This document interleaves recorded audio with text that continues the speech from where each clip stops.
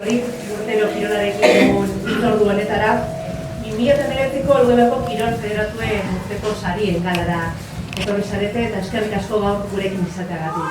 Sariak banatzera etorri gara eta hemen zaudeten askok sariak banatuko dituzue, beste askok sariak jasoko dituzue. Sari hauen bidez, Elgoibako Kirol Patronatuak klubek egiten duten lana goraipatu eta eskertu nahi du. Kirol modalitate bakoitzeko kirolariei, zuzendariei edo babesleei dagokien errekonozimendua emanaz. Batzuetan urte hortan egindako lanari eta beste batzuetan ibilbide oso bati saria izango da.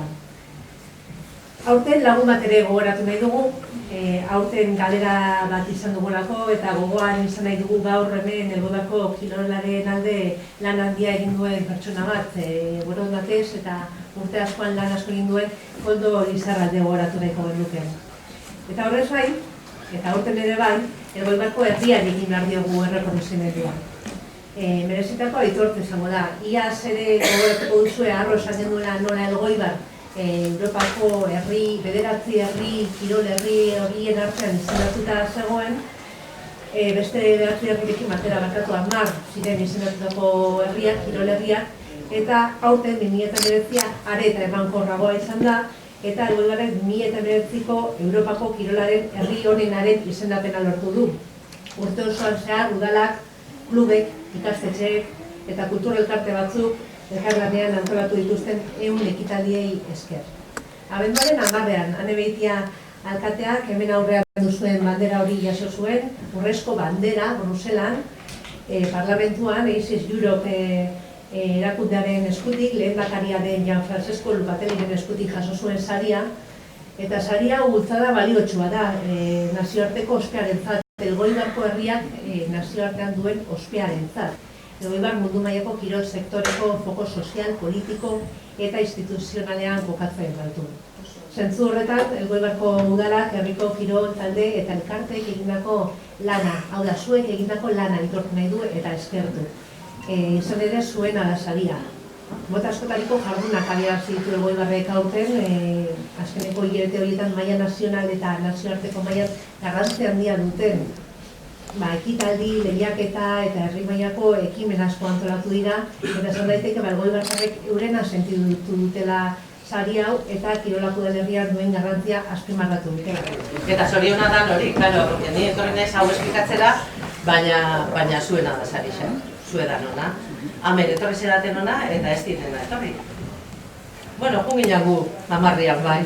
Eta hemen esango dituzue beste gauza batzuk eta kirolaren porrotak eta lorpenak eta sortzalderakoak eta bueno, zuek esplikatuko dituzue kirolari xaseratenok eta dana, baina nik esango dizkizuet Bruselastik ekarri genitxunak, bai? Juginan bandera horre bila. Eta, bueno, 10 bila europea dira. Más que pueblo europeo lorea. Bila europea del deporte, bai. Bueno, jondan urtean izendatu gintxuen, bai? Bai. Izendatu gintxuen, hemen debako martxa betiko moduan. Bueno, izendatu gintxuen Europako kirol herriri onenetarikuena. Ebaluatu gintxuen, izendatu gintxuen eta juginen banderan bila, jundan urtea. Bandera horren bila, baina beste bat urte guztian ziar erabili duguna. Harek ekarri dizkigu, ekintza pila bat eta kaleratze pila bat, azkenian eduki dituguna, bueno, plazaratze pila bat, kirol elkarte guztiek eta guztiek egin ditzuenak, bai? Egin ditzuenak eta egin dituzuenak. Eta aurten, hoien artean izendatu gaitxue onenak. 10 hoien artean onenak. Eta, bueno, berriz ere joan gara, bandera horren bila.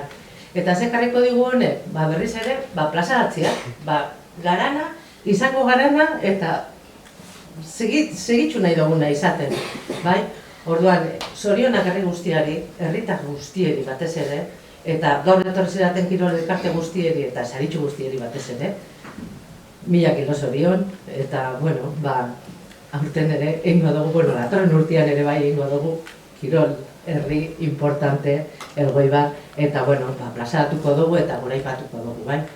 Osa, zorionak dan hori, ongi etorri xak, eta, bueno, zoriona batez ere, sari xabatuko duzuen hori. Mila esker.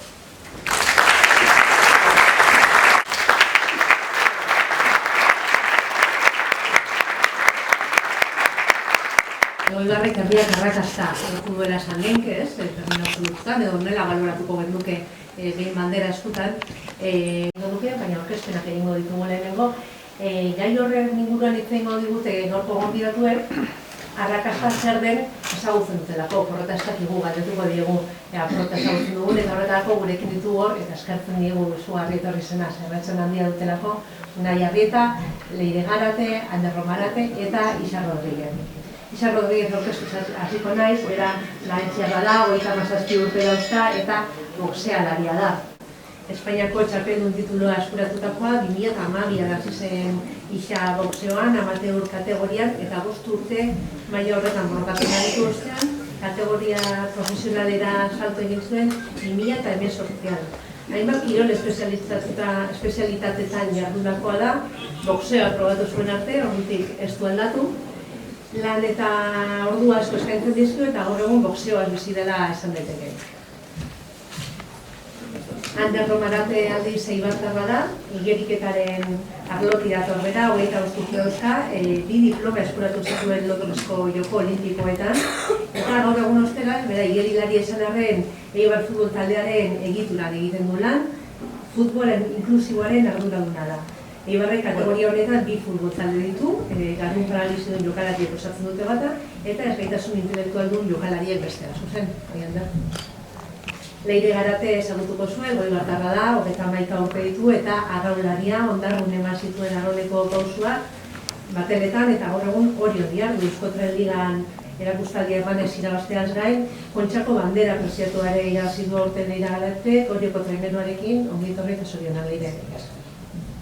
Eta Unai Arrietaren ibilbide profesionala aski ezaguna da hemen, ez da lehen aldia maiontan esertzen dena, 38 urte dauzka, duela 5 urte arte eskualoiko jokalari profesionala izan da, 15 urte egin zituen eskualoiaren goi mailan, baina Unai Arrieta, hori agian guztiok duzu jakingo, psikologoa ere bada, eta jarduera fisikoaren arloko psikologian egiten du lana, eta arlo horretan ari da azken urteetan.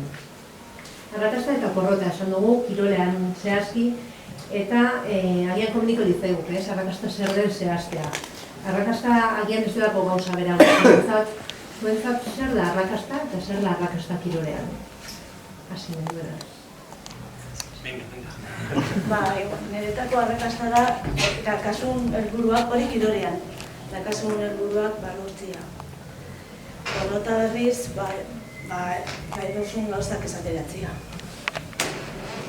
Nik uste ere, nik antzeko pentsatzen dut, zuk helburu batzuk jartzi dituzu, eta lan itxosunean helburu hori lortzeko eta gerturatzen basiera edo lortzen badituzu, pertsonia arrakastatxu sentitzen da.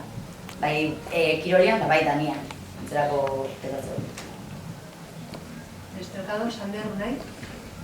Bai, nire kasuan, nik esako neman, askotan nik bat ezbe akatxo hori sortzen eban, eta sala arrakasta batzutan pikatzen eban helburu bat, helburu guztiz resultadista bat, ez adibidez, final batian sartzia Joko Olimpikoetan horrelako helburu bat bezala, hori lortzia ikusten arrakasta moduan da. Gaur egun esan aldot, nire ustez hori akatzelari bagalaz, horrek azkenean, bertan dos faktore batzuk kirolari batek ezin ditxuna kontrola, adibidez, aurkariak, ez? Helduak zara Joko Olimpiko batzutara, zuak asuz buruan marka bat itxia, marka hori itxeko entrenan dozu, eitzen dozu marka hori, baina aurkariak zu baino beto dauz, eta ez dozu lortzen helburu hori, eta porrot bezala hartzen dozu, ez? Momentu horretan, eta nik ez hori hartzen eman askotan.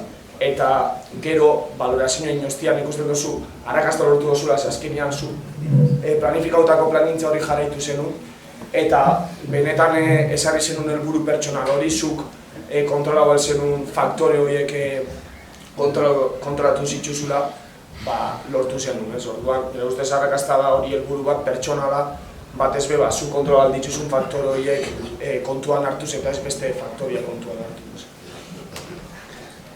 Bueno, guztiz ados, ez da, bueno, nik uste dute arrakasta eta porrotaz hitz egiten dugunean kirolean, kirolari bezala, emaitza etortzen dugu burura, eta nik uste dut hortik bizi gara, batez ere kirolean emaitzetik, eta hori nik uste dut oso erraututa dagoela, eguneroko bizitzan, gurasoetan, entrenatzaietan, klubetan, emaitza, gola, irabazi galdu, arrakasta, irabazi galdu, porrota. Eta, bueno, ez da erreza hortu urtetzen, baina guk bai kirol psikologiatik eta hain ondo esplikatu duzun bezala, saiatzen gara pizka desberdintzen, eta arrakasta edo porrota pizka bat dutzen norbere helburu pertsonalei. Orduan ez da horren beste irabazi edo galdu, gola sartu edo sartu, ezik eta, bueno, norberak bere buruari ezartzen dizkion helburu realista eta pertsonal horien araberako valorazio bat egiten, ezta? Kirol psikologiatik asko saiatzen gara zentratzen jendia batez ere jokabide helburuetan, ezta? Hain ondo esplikatu duzun bezala, ezta? Azken gola edo azken partidu irabazi edo galdu guztia ez dago gorezko, ez dugu kontrolatzen. Eta arrakasta eta porrot esperientzia hori guztia gure kontrolpetik kanpo dauden elementu horieri, sortzen du ziurgabetasun handia, ezta? Orduan saiatzen gara zentratzen helburu personaletan, baina batez ere jokabidezko helburuetan. Eta baloratzen gure aktuazioa, arrakasta edo porrota, gure jokabidean arabera eta sormeste irabazi galdu gola sartu edo sartu. Zeinek ez dut galdetu partidotik datorren umeari, zein dozu edo, irabazikara galdu, ez da? Eta horren arabera zoriondu edo da, ez da ezin pasatzen esaten, ez? Hori, ez da arrakasta eta ez da porrota horrekin apurtu beharko bendutu hortaz. Bai, nik uste du baiet. Gauza bat esan gotzuet. Hasi nintzanian museuan, nire entrenadoriak... El de las esas cosas. El día que te salga una pelea bien, no eres la mejor. El día que te salga mal, tampoco eres la peor. Orduan, tenemos que tener ese sentimiento de si lo haces bien, lo haces bien. Ese es el de la misma persona, tenemos que estar igual siempre. El trabajo está detrás. Atzean dagoen lana hori zuek ez duzu ikusten, baina kristona da. Nik neumarekan zalantza termino horren ingurua, ez? Arrakasta zer da sozialki ulertzen duguna edo benetan lanean jartzen garanean, arrakasta nola nortu daiteke eta hiztegira jodotzen. Arrakasta zer da begiratzen da. Eta euskaltzaindiaren hiztegiak esaten dau, arrakastala egiteko erabaki edo gertaera zail baten ondorio ona, nahi edo desiratzen dena lortzea, zuek izan duzuen hori. Eta arraera bera joan naiz. Eta arraek gaztelanian beste audio, ezberdina da, apur bat. Resultado feliz de un negocio o una actuación. Feliz terminoa sartzen dago, da, zoriontasuna. Eta hori ja emozioa da, zoriontasuna ez dakitain objektiboa da, nahi nolgarria da, emozioa da, zein da emozioen rola kirola arrakastan honen?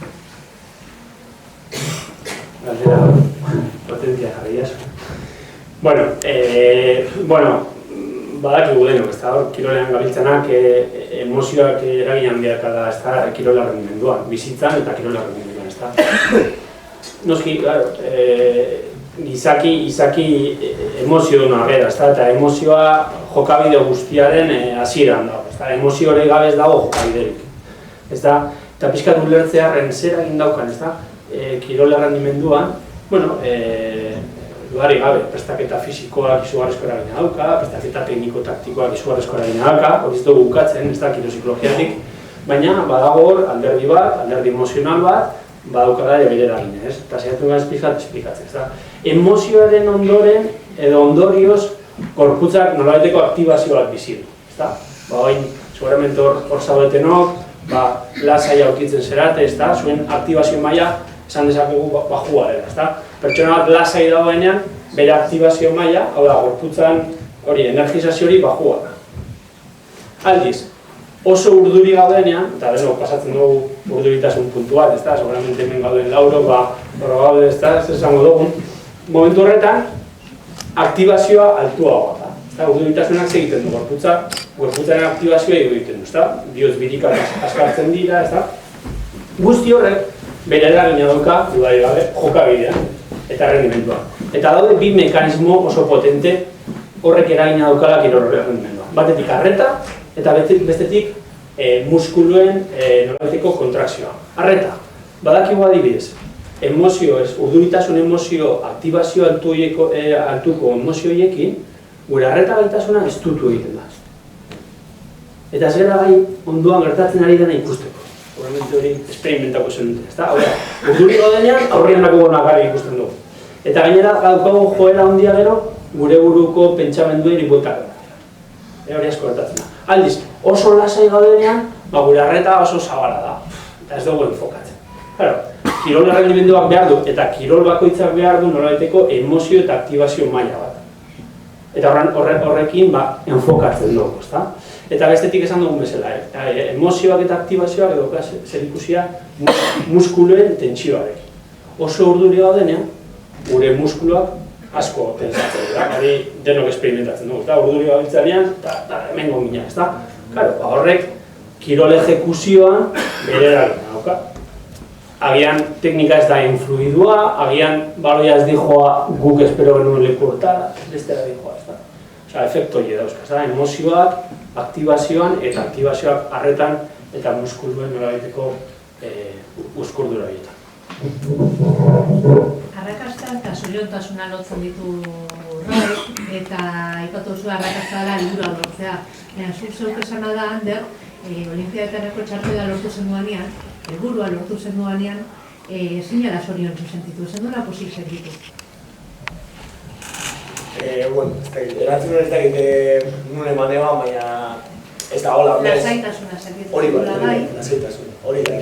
Hori da, lasaitasuna bai, baina ez emozio... Hori da, azkenean askotan gertatzen dana da, ontxeko, nik kirolarekin, Eibarko taldiez aparte gero nik erresistentzako kirolariek baten ditun, maila ezberdinetakoak, eta eurekin baitz egiten azkenean ikasten da batez be zu kirolaria zanio, baina askoz be gauza gehiago ez, beste perspektiba batetik ikusten duzu dana, eta konturatzen zara gainera, zera zure izan zituzun bizipen horiek zelan, askotan eman zituzun txarto, segurazki bat, kirol psikologo baten laguntza ez nogalako euki, eta hori azkenean gertatzen da. Eta Londreseko Joko Olimpikoetan nahi ez, presioa azkenean oso altua da, eta presioa badaka puntu positibo oso.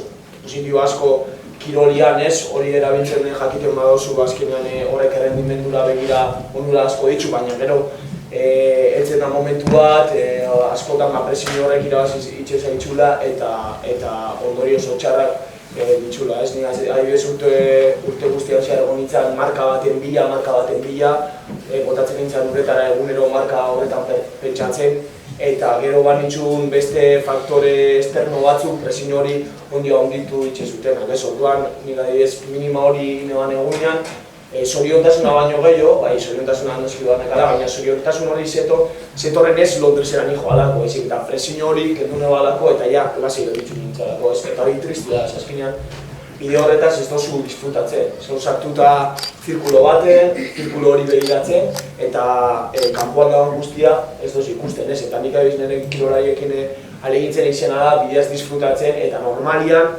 dana ondo badoia eta dana ondo itzen bada, askoz aukera gehiago dituzu emaitza honak lortzeko, ez? Azkenean horrekin batera datorra adibidez motivazioa, eta motivazio barik ez egia zinora. Nahiz eta munduko plan horrena eukin entrenatzeko, ez baldazu motivazio hori, plan hori ez dozu horrelaterako inoiz. Eta orduan badon, azkenean hori da asuntua, ez? Batez ben mentalki ustez burua kirolian eneko 80 ero burua lakala, ez? Azkenean zukin aldozu nahi dozuna, ni heldu nahiz txapelketa askotaran fizikokin ere momentu honienean, baina mentalki ez eta ez da urtetzen, inoiz. Zuzeunen sentitu zara arrakastatxu? Arrakastatxu? Igual oin, ontxe. Adibidez, ontxe azte zara pentsatzen ez lortu dozuna, egin dozuna, eta ontxe bai baloratzen dozu ez, egin dozunak guztia. Baina momentuan bertan, segurazki oso gaztian nintzalako, azkenean adibidez Londresera 18 urtekin jo nintzen, eta nire kirol bizitzan maitzarik onenak 16 urte bitartean lortu nintzuan, orduan igual ezara konstiente ez baloratzeko. Baina bai, orduan oin konturatzen zara, baitxabe konturatzen zara, gauzak askoz behobeto inda, segurazki urruti helduko zinela, ero ezinela hain azkar erreko eta ondiokan igual jarretxuko zenula ez kirolian. Eta porrot egin dozula, sentitu dozu momenture batian? Gehienetan, bai. Nik uste autona onartzia, eta azkenean ez bozu autokritikarik itzen ez zinora. Orduan, hobetzeko eman biozun lehenengo pausua hori da. Behira hoen undozun txarto, eta egin du hori hobetzen eta berriz ez eitzen edo, batez behar ulertzen segaitzik indozun hori txarto. nik esate dut zuten, ere kirolaren nintzenen ez noan nintzen autokritika hori, eta nik aurrera jarraitzen neban, linea hori jarraituz, eta igual jatan dana. Eta azkenen hori da gatz bat, ez? Azkenen konsumiduan 1 kilometroko 6 litro, konsumitzen dozu 30 eta zigitzuan agortzen jatzen da solina, ez? Isa zuzeu gozeo baten kontra, hor kanpoti begituta, eta generatuko seguramente, irabazten dozunean arrakasta lortzen dozu, eta galtzen dozunean porrota. Baina ala da, zu noiz sentitu zen arrakastatxo? Ez dakit, ointxe igual ere. Eske, aukeratu daben bidean nau. Orduan nik hau nahi oditxia, eske, ja posik nau. Baina bai, normalki burukagun bat itxen badut, ni hobeto sentitzen naiz. Eta txato ateratzen bazai, pizkat igual animoak eta guzti, baina segidoan altzatzen naiz eta berriz, entrenatzera eta posik. Azkenean sentimentua gira ere. Zerk eragiten dut gehiago, emaitzak ala zure sentsazioa? Nire sentsazioak igual, bai. Eta eske batzutan ez dugu ikusten atzean lan guztia. Hori de, eta hortaz ere asko ikasten dugu. Beire zuretzat eta kanpotik ikusita urte hau arrakastatxo izan da, baina igual zure duzu horretu eta zuretzat ibilbideko beste momentu bat izan da arrakasta bat, helburua lortza gehiago kontra jartzulako, ala ez, hau da, ala kontxa da arrakasta biramuela. Arraulari batentzat kontxa irabaztian uste daun onena irabaztia dela, baina ala ere ditut urtiak ez dugula banderarek irabazi eta arrakastatxo sentitzu bera. Beste batzutan, banderak irabazi eta ezera sentitzen arrakastatxo, ez dozuin zuk aldozu nahi. Guaz hilabete pila bat entrenatzen dugu, ordu pila bat sartzen ditugu, eta gero estropa bat, ez ban bazizu ateratzen dakizun bezala eta ez ban badugu dana ematen, orduan ezera sentitzen arrakastatxo nahiz eta bandera bat irabazi. Eta gara, zuen dala 2 urte adibidez, zuen dala 3 urte, guk ez genitzun banderarik irabazi. Beti 2., 3. eta buruzik editzen ginen. Orduan, gerturatzen ginean, kriston posa sentitzen genu eta sentimendu ezoden arrakastako sentimendu lortzen genitu. Irabazten ezen duten momentu horiek, porrot momentu ziren, ala egoera naturala, normala atzan, eta orduan urritzen zinetenean arrakastatu zutatea. Hombre, porrotak baizian askotan. Naizta ez genunean irabazten, arrakastetxu sentitzen ginen askotan, beste momentu batzutan ikusten genunean ez genula itzen gudakiguna, orduan ez ginen sentitzen bat ere gustora. Emaitz horiekin. Eta ez duzulako, zuazelako entrenatzen denbora luze bat, bloke bat dian, eta ez dozunean itzen dakizuna edo ikasi dozuna, eta zera gustora sentitzen zure burua egin, eta... Nahi 15 urteko ibilbidea, zuk ez dira zuzango ere orain sentitzen zara arrakastatu. Bueno, kirol ibilbidea makina bat porrot, arrakasta ukitzeko pixkat porrot asko jasoia nik uste dut, ezta? Hori, bueno, goi-mailako kirolia nola da, ezta? Zen dute, emakikorra ikuste ditugunak ere goi-goixan eta asko irabazten galdutakoa dira, ezta? Eta ikasitakoak. Nik uste gainera porrota, goi-mailako kirolariak eta hemen maio honetan oso ondo azaldu dut, ezta? Oso ondo bereizten dute bi gauza. Hau da, emaitza eta jokabidea. Eta euren konfiantza eta euren balorazio asko zentratzen dute jokabidea. Hombre, duari gabe, irabazteko entrenatzen dute. Baina, zin da irabazteko bidea, nik egin dezakera. Eta orduan asko zentratzen dira hortan, ezta? Eta euren arrakasta eta porrot esperientzia baloratzen dituzte euren esku dauden gauzekin. Eta ez horren beste emaitzekin. Emaitzak ere, bai, evidentemente emaitza bilatzen ditugu, ezta? Nik ere, gari batean gaur egun dakidana, jakingo ganu, igual, bere momentuan gutxi hau sufritxuko duten, ezta? Kirolian, eta goi-mailako kirolian sufrimendua egon bat. Asko ikusten da, eta ikusten dugu goi-mailako kirolariekin, eta kirolariekin oloa. Porrota, ez da aukera edo oportunidade bat norbere buruari zigorra esartzen. Baizik eta porrota ikasteko aukera da. Porrotak informazio oso balioso ematen dizu. Hau egin dut eta ez du funtzionatu. Orduan beste zerbait egin behar dut. Eta hor daudenak goian, hori ikasi dute, hau egiten dut, ez du funtzionatu beste hau, ez du funtzionatu beste hau, eta orduan dihoaz optimizatzen euren funtzionamentua. Eta porrota ikuspegi hortatik lantzen dute, hori ikusten dugu, goi-mailan daudenak porrota asko jaso dute, baina porrota ikaskuntza prozesu bezala erabili dute, eta iritsi momentu batera, askoz gehiago asmatzen dutela beste guain. Ikusleari, kazetariari, kanpoan dagoenari, agian azalpen horrek, ez dakit balio dio, baina normalan ez du kontuan hartzen, ez? Eta presioa igual handia da, joera da muturrera joatera, ez? Irazten denean, arrakasta izugarriak aipatzen dira, galtzen denean porrot desastrosoak, presio horiek eragin zuen. Sentiaraz zaituztete inoiz porrot egin duzuela zuek sentitu aurretiko da, kanpoko presioaren eraginen sentitu duzu inoiz? Askotan gertatzen da. Osea, igual ez da guztiz erantzun bat, baina adidez Horixon emakumeen traineru batera zanean ondala 10 urte, herrixak esuan bat ere aposturik izan emakumeen gatik iruditzen zitzaien denbora pasakute ziala, eta katxondeguan, eta gero kontura usian ikuste, eta aztian 6 egunetan entrenatzen den kirol batian, esua zela katxondeurako batarrik. Osea, garrantzi bat ematen zaiola, jendeak oso asko lagatzen itxula hortako, orduan ikuste, poliki-poliki baloratzen hasi dela jendea, baina lehen dala urte batzuk izan bat ere baloratzen, eta zuri iruditzen zitzaizun, ondo itxezen nuna, jendeak ez zizun, osea, iruditzen zitzaien ez dauzela zerraitzen. Eta, karo, gure helburua esan bandera bat irabaztia. Zan horregotia, eta lehintzia gertu egoten. Baina, kanpotik askok ez dute hola ikusten. Ez dute ikusten dakan lan atzetik zein da, hasi zailan irabaztia. Eta bat ere Beste hor zuk nahi agian, eskualoiak jardun dozunean, prentsa gertutik esan duzu. Titularrak ere bai, zatik horrek. Bai, gure kezka iturrea handia zen, ez da bestik zer esango, prentzak zer esango, zuzendaritzak zer esango, kezka iturrea handia da, eta gaur egun ikusten dutena kirolarekin lanean, kirolariaren kezka iturrea handia da, claro, besteak zer esango ez dugu kontrolatzen. Eta orduan, zu kontrolatzen ez duzun elementu bat egira zaudenean, sufrimentua itzela da. Eta guk askotan lana, eta kirolpsikologia lana hori da, kirolaria, zu zentratu, zure eskua horren gauzetan, zuk egin dezakezun gauzetan, utzi besteak zer esango, zer aipatuko, ezta? Baina bai, eta gaur egun gainera, sare sozialetan, eta oso esponituta daude kirolariak gaude, zentzu horretan, eta askok hor sufrimentu handi bat, besteak zer esango, zer pentsatuko eta zer iritziko, ezta?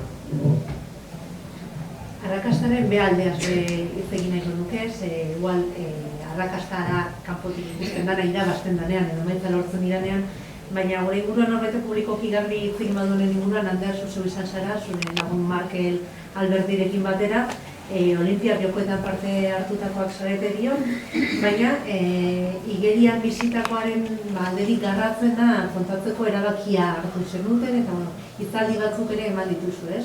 Horren kostu emozionalaz, edo zuei kostatu zaizuen horretaz. Zer momentutan erabaki zenuten Markelek eta hori kontatu nahi zenutela? Berez, askotan eta hori prentxan agertu zen behin, izuzkuen kronika bat guk emandako hitzaldian inguruan, eta hitzaldia zara guztiz, protagonista negro del deporte eta esan nola. Azkenean guk etxen duguna hitzaldian da, konta kirolari bate, gobiernuko kirolari bate bizitzen da behin. Kontatzen dugu gure esperientzia, gero zuga egin modoz, azkenean kirolariekin hitz egiten dozunean gauza asko eman komunian da.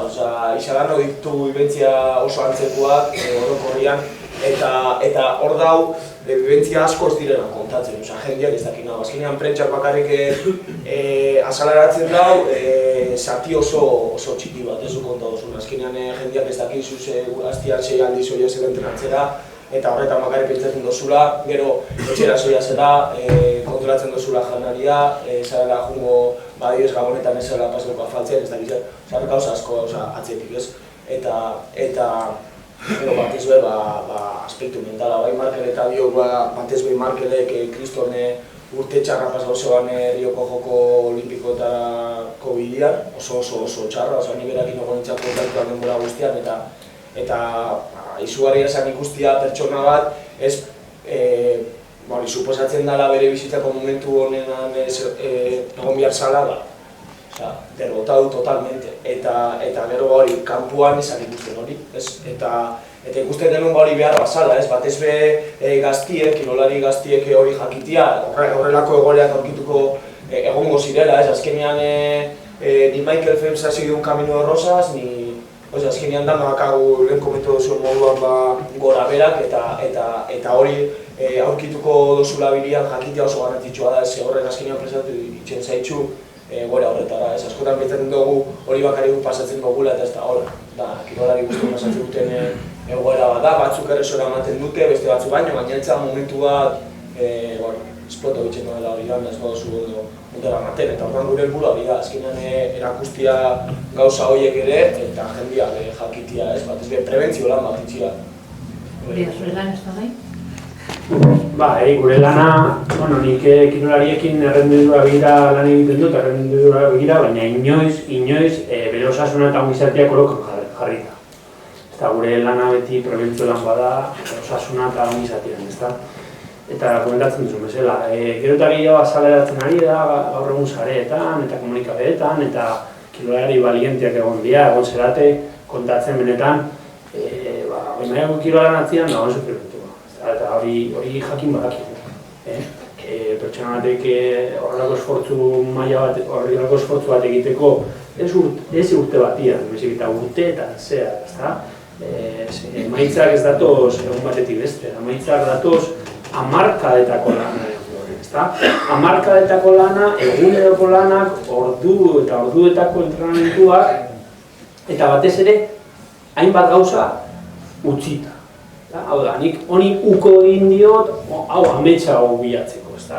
Eta horrek, karo, askotan, bihurtzen da bizitza bat oso estua, eta kolokan, ongizate emozionala eta psikologikoa, kolokan jartzen da, ezta? Hor momentu askotan, kirolariek gaizki pasatzen dute, gaizki pasatu izan dugu, ezta? Helburu horiek bilatzerakoan, ezta? Eta, zentzu horretan, nik uste dut, hori propaganda egitera, baina nik uste dute kiro psikologoa gero eta zabalduago daude kirolian, gero eta normalizatuago gaude, fisioterapeuta dauden bezala, prestatzaile fisikoa dauden bezala, pertsonaren ongizaten emozionala, kirolariaren ongizaten emozionala zaintziak oso importantzia da. Baina ez dira zurkatuko gaur egun, kirolaria dirala arrakastaren erreferente nagusi, gizarte honetan kirolaria dira, eta batez ume eta gazteen artean, batez ere agian, kirol zehaz batzutan, pertsonalik arrakastatxuena, ustez zoriontsuenak, eta agian ez da horrek. Eta ez gaude agian ere duen ematen, eta ez gaude historia guztia kontatzen. Historiaren parte txiki bat kontatzen dugu, eta denok identifikatzen dira. Gure taldeak irabazten duenean, hori identifikatzen dira, denok dugu nola bete irabazle izan, eta irabazle sentitu.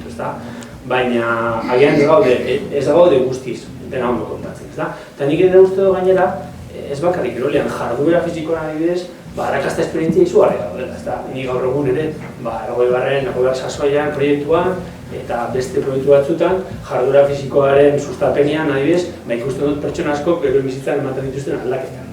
Hau da, agian sedentario izatetik, inaktibo izatetik, arrepente, izugarrizko jokabide aldaketa, jarduera fisikoa egitera, bere osasuna hobetzera, bizitza estiloak hobetzera, agian gainera, izugarrizko motxilakien etxean, motxilakin, ama, agian, zaintzaia, bestia, denborarik ez, eta ondo ezagutzen dituzun gaia, horiek eredu oso nagira ere, eta agian plazaratu bat gointuzke eredu horiek ere, ez bakarrik agian goimenatu kirolariak, edo, baina nik uste dut, agian ez gaudela historia guztia kontatzen, eta agian gutxi batzuk bakarrik ari gara plazaratzen, eta badaude agian beste eredu batzuk, jarduera fisikoan inguruan, ariketa fisikoan inguruan, eredu oso interesgarri izan daitezke.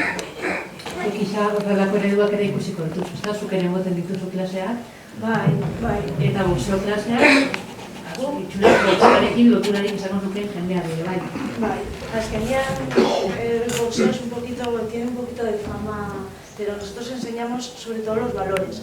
Y valores muy importantes, sobre todo a los niños, que ahí todo el mundo es igual. El que viene de nuevo se le ayuda y esos malos prejuicios estamos poquito a poco intentando quitarlos.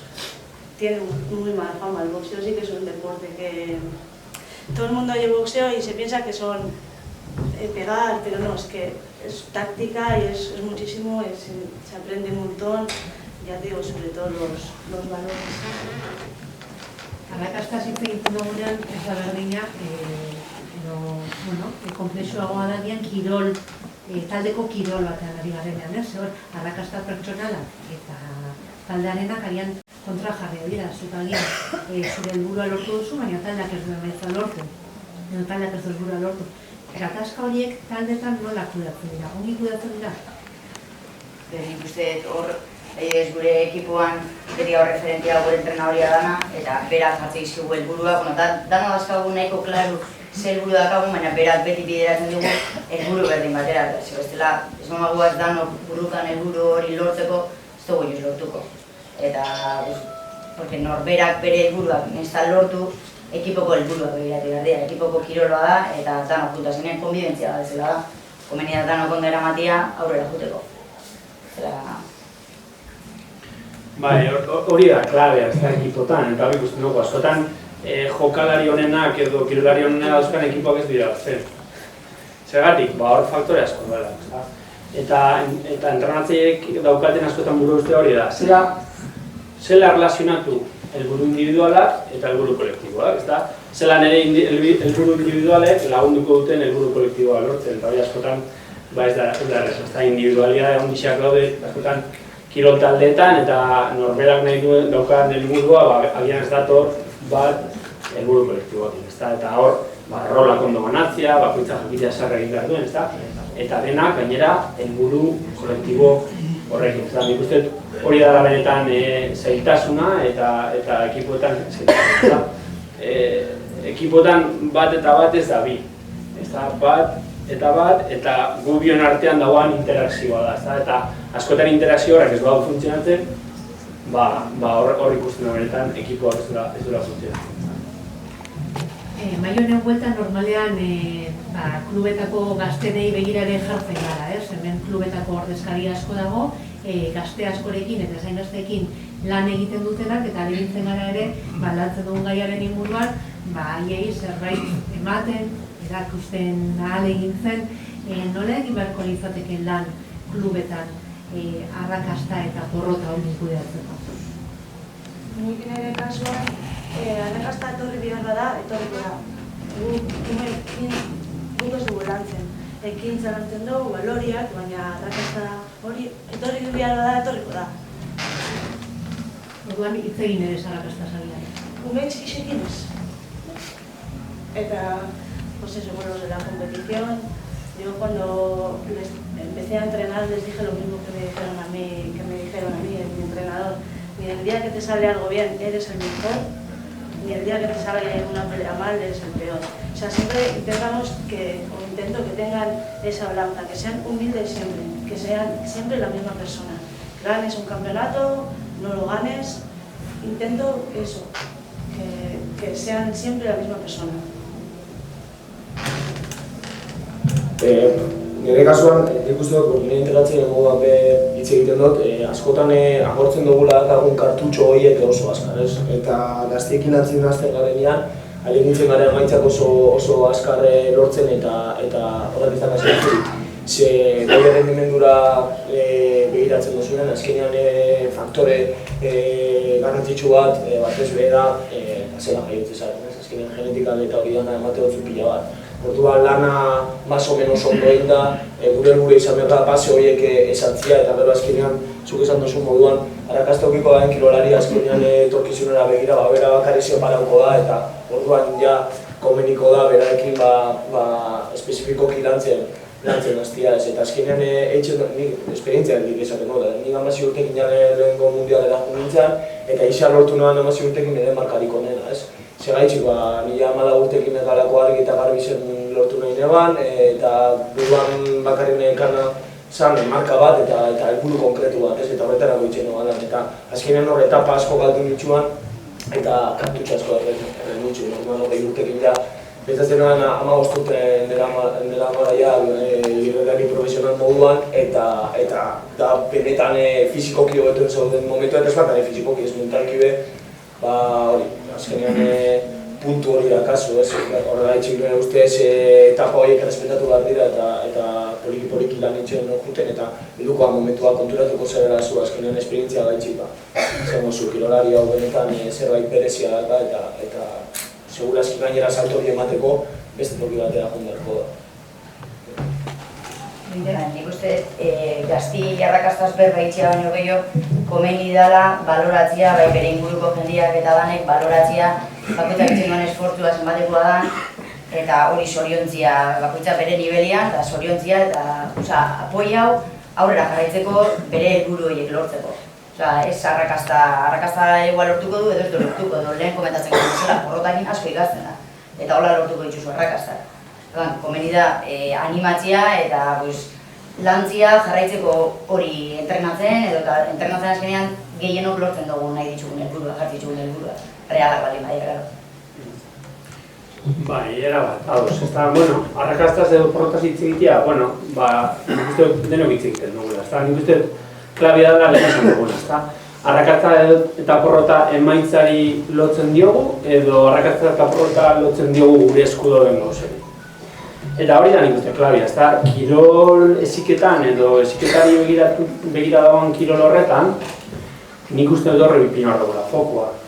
Azkenean, beti dago ez da bai da bai, lehiaketa bai edo ez. Bueno, lehiaketa egon badago eta egongo da, eta lehiaketa azkenean bizitzan badago, ezta? Kontua da, ze helbururekin lehiatzen dugu. Lehiaketara zegoaz, irabaztera? Edo irabaztera bakarrik? Eta irabazteko nik edozein erabaki hartzen dut, edozein ipintzen dut, irabazteko bakarrik entrenatzen dugu, hau da, estrategia irabaztera da, edo nik helburu edukatiboa dauzkadanez gugoaz partidua jolastera, entrenatzen ari gara hori, alik eta onduen egiteko. Beti, helburu garapen psikosozial, biopsikosozialaren helburuakin. Hau da, guk hau entrenatzen dugu, ze hau da honena, adin honetan garapen hortarako, eta hori jarriko dugu martxan lehiaketa. Eta gero irabazten bago, oso dut, ezta? Orduan, arrakasta edo porrota izango da, helburu horiekiko, ezta? Helburu hori bete bago, aposik. Helburu hori bago bete, porrota. Eta nik uste porrota ere gestionatzen ikastia oso importantia da, oso edukatiboa da, ez da? Denok daukagu porrota, gure bizitzan, ez da? Eta ume batek ere, noliteko frustrazio puntu hori eukitzia, kudeatzia eta ikasti hori manejatzen, ez da, nik uste nahiko edukatiboa da. Horbat dago joera bat, ez da? Emaitza beharrean, emaitza saritu beharrean, ondo egindako ekintzak. Jokabida, emaitza hitz egin beharrean, hau da, umeak aurrak egin dezakenaz eta egiten ari denaz entrenamentuetan. Eta entrenamentuetan egingo du, bere garapen biopsikosozial hortarako onena dena. Eta hori martxan jatea. Eta horren arabera, baloratuko dugu arrakastaren edo portaren. Ez horren beste irabazi den edo ez, sartu den edo sartu, selekzionatu nauten edo ez. Eta zentrenatzen ari gara, zer egin dezakenik, esportzua eta beste elementu bat. Zenbateraino dago zabalduta, lan egiteko modu hori? Bueno, teoria hau, kontekstena liburuetan dago, ezta? Eta hau, teoria oso erreza da eta oso simplea eta denok ulertzen dugu. Gero praktika ez da egin. Zer dena daukagu oso barrenatuta, bai, nik danak ipiniko ditu jolastera eta ez, gainera zera helburu edukatiboa da, agian jolastu beharko nuke agian gaitasun gutxien daukana. Zer helburu edukatiboa daukagu, helburu edukatiboa gaitasun gutxien daukana ipiniko dugu jolastera gehiago garatzeko. Hori eta denak jolastera, ez? Baina, gero markadoria jartzen denean honena ipintzen dugu eta eskubaloian defensa atxera eta bestia, ez?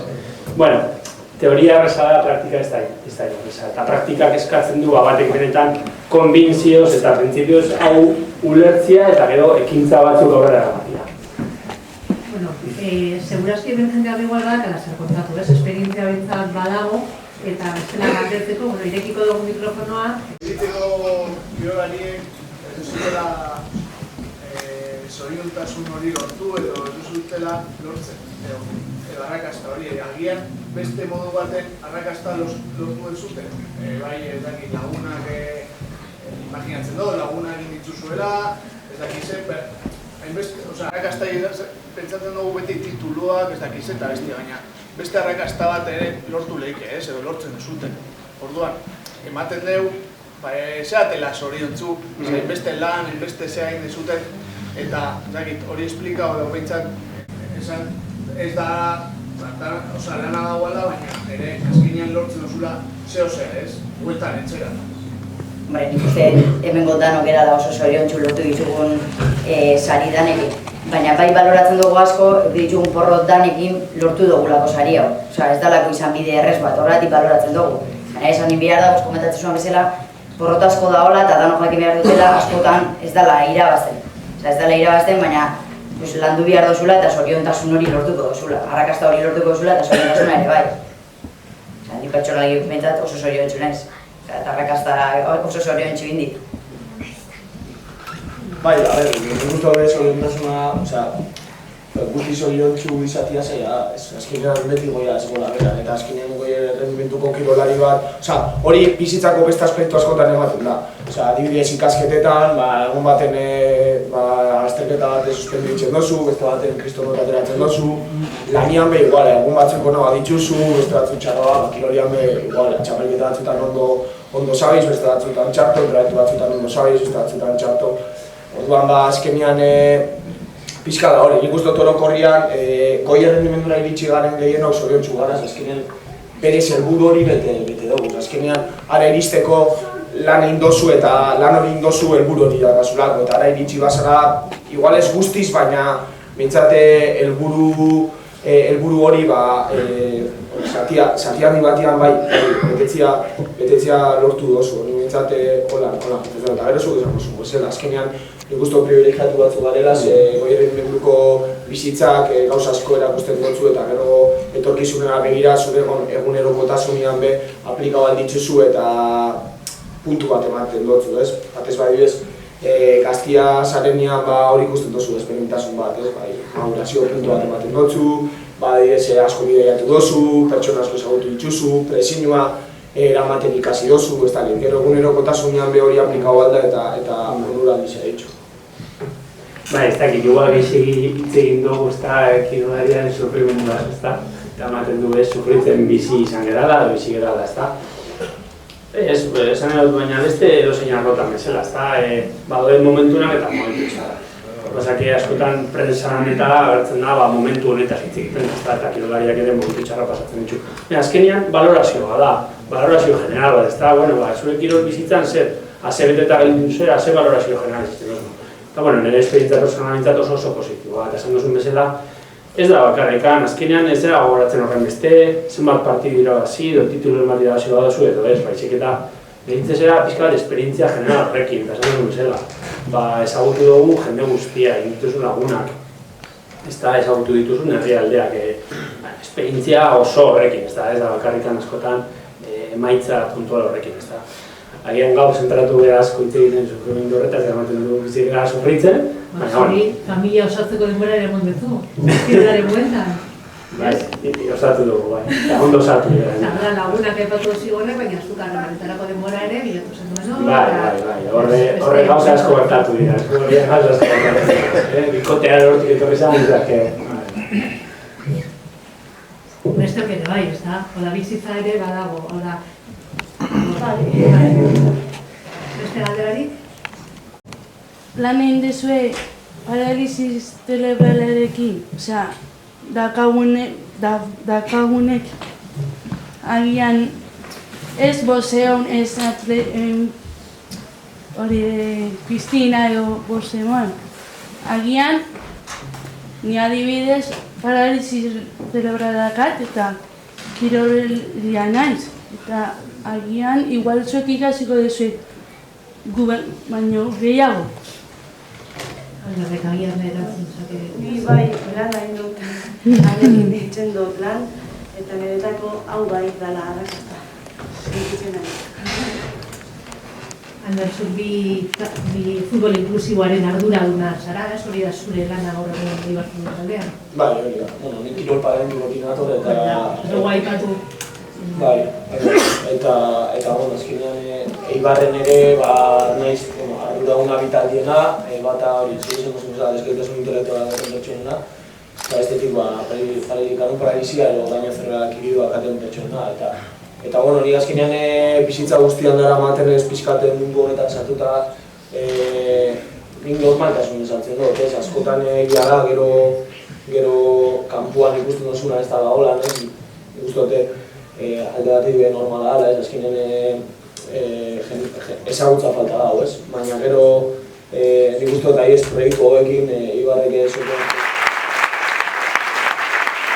Esan bezala, sari lanak buelta helduko diogu, herrian duzkon 9 klubetatik 16 aurkeztu dituzte haien saridunak, kirol patronatuak bestela gortatu ditu, eta guztira 20 sari banatuko ditugu. I've paid my dues, time after time. I've done my sentence, but committed no crime. And bad mistakes, I've made a few. I've had my shells and kicks in my face, but I've come through. I need to go on, on, on, on. We are the champions, my friends,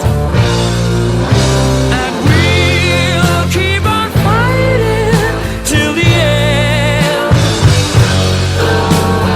We are the champions. We are the champions. No time for losers, 'cause we are the champions of the world.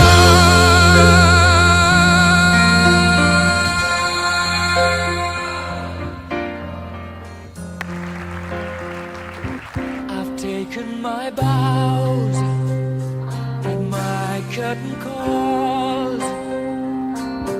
You brought me fame and fortune and everything that goes with it. I thank you all, but it's been no bed of roses.